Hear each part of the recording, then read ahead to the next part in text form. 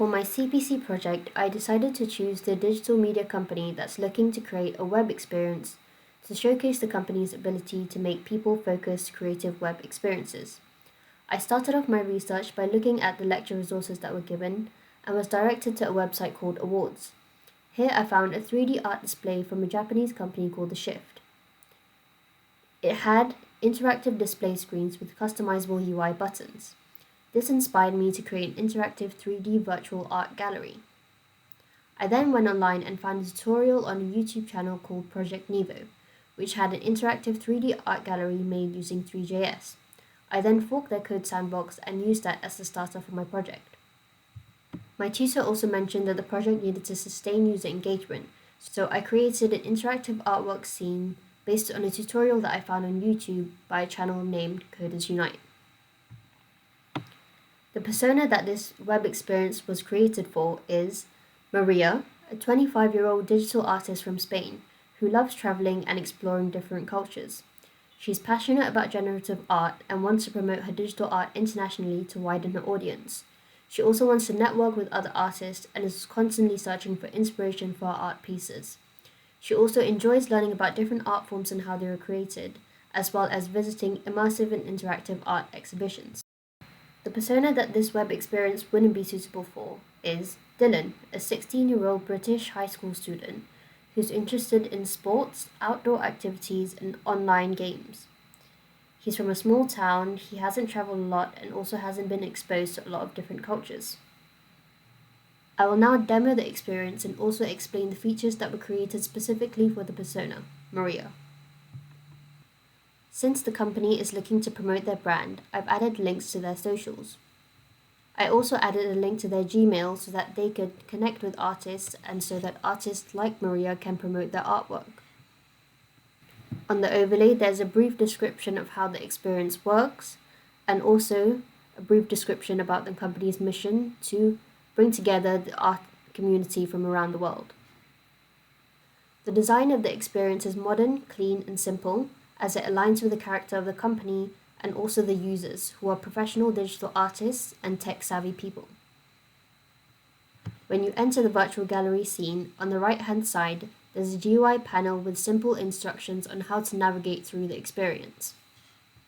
Since Maria is already someone who's used to using digital platforms, a long, detailed instruction isn't necessary.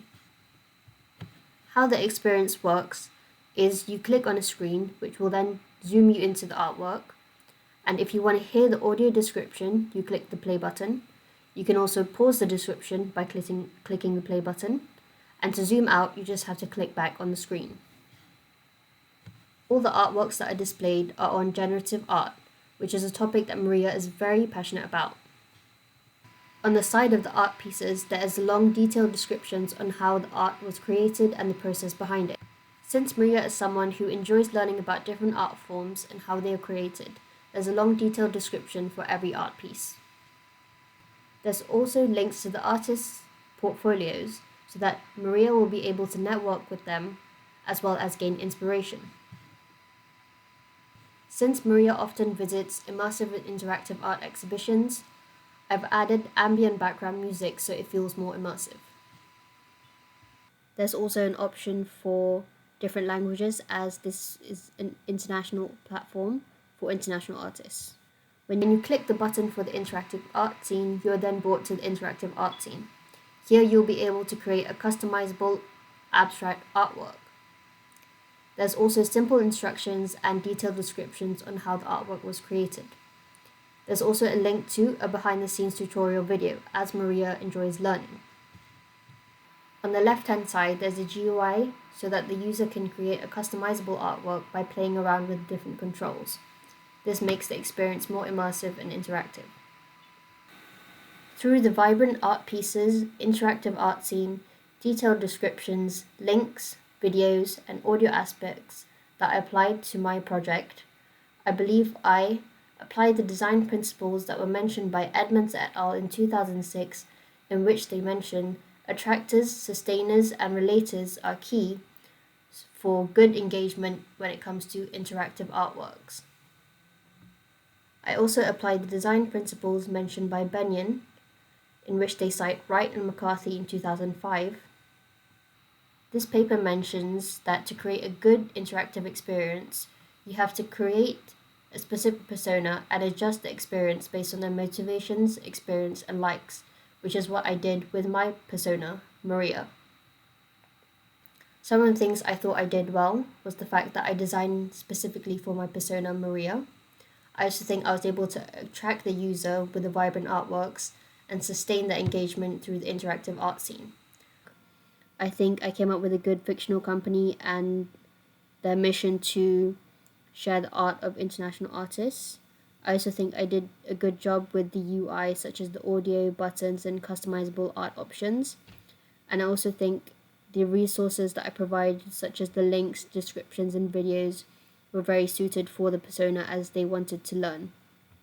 Some of the things I think I could have improved is the language button that is currently there is only a prototype right now. Aside from that, the interactive artwork could have been more detailed, as right now it's quite simple. And lastly, I think I could have put in a first person controller and have the person walk around and navigate the scene in that type of way, as it would have been more immersive.